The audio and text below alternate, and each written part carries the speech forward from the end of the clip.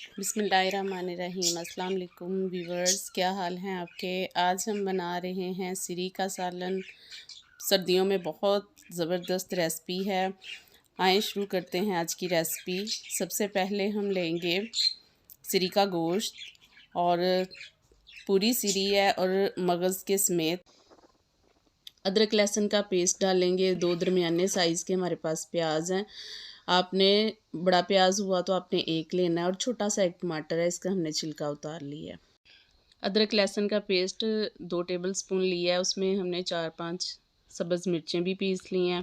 प्याज और टमाटर शामिल करेंगे और साथ ही अदरक लहसुन का पेस्ट और सब्ज़ मिर्चों का पेस्ट जो है वो भी 2 टेबलस्पून भर के वो भी शामिल कर देंगे। और ये देखें मगज़ जो है वो तकरीबन साबुत है, एक साइड से थोड़ा सा कटा हुआ है ताकि जो शोरबे में मगज़ है वो अच्छी तरह से पकाते हुए उसमें शामिल हो जाए। ये देखिए थोड़ा सा साइड से इसका कट है और इसका शोरबा जो है वो बहुत ज़बरदस्त बनेगा।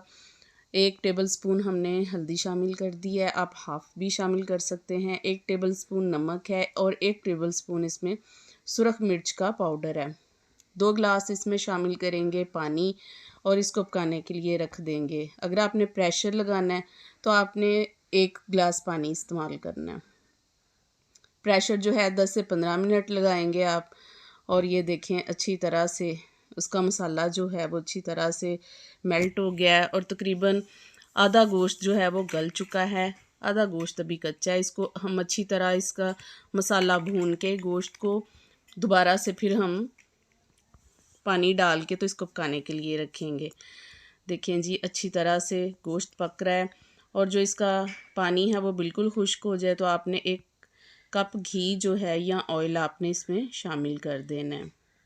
इसको बहुत अच्छी तरह भूनेंगे कि जो इसकी एक महक होती है वो ख़त्म हो जाए। और इसके साथ ही इसको भूनते हुए इसमें सिर्फ गरम मसाला शामिल करेंगे। देखें मगज़ जो है वो एक साइड से कट किया हुआ है। हाफ़ टी स्पून मैंने शामिल किया इसमें गरम मसाला, एक साइड से कट किया हुआ था और वो जो है उसके मसाले में ही शामिल हो रहा है मगज़ भी। और इसको बहुत अच्छी तरह आपने भूनना है। थोड़ा सा पानी का छिंटा भी लगाते जाएंगे और इसको अच्छी तरह से भून लेंगे। और फिर इसके बाद हम इसमें पानी जो है वो 4 से 5 गिलास शामिल करेंगे, लेकिन आपने इसमें गर्म पानी शामिल करना है। पानी को एक साइड पे उबालने के लिए रख देंगे।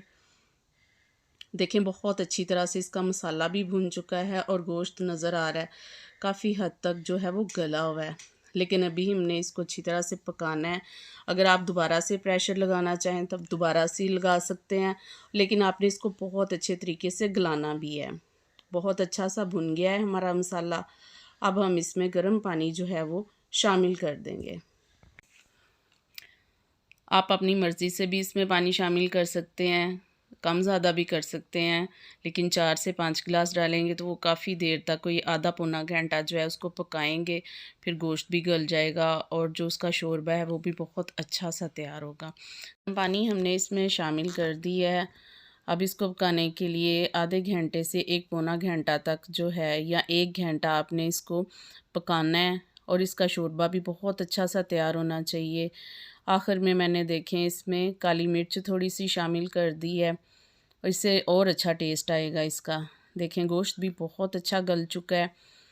प्रेशर लगाना चाहें आप प्रेशर के साथ इसको अच्छा सा आप गला सकते हैं, प्रेशर लगा के भी। ये देखें बहुत अच्छा सा गोश्त गल गया है। अब हम इसको ये देखें इसका नमक चेक कर लें दोबारा से, अगर नमक कम है दोबारा से आप इसमें नमक शामिल कर सकते हैं। और शोरबा जो है वो आप अपने हिसाब से भी इसका रख सकते हैं, कम या ज़्यादा। बहुत अच्छा सा गोश्त गल चुका है।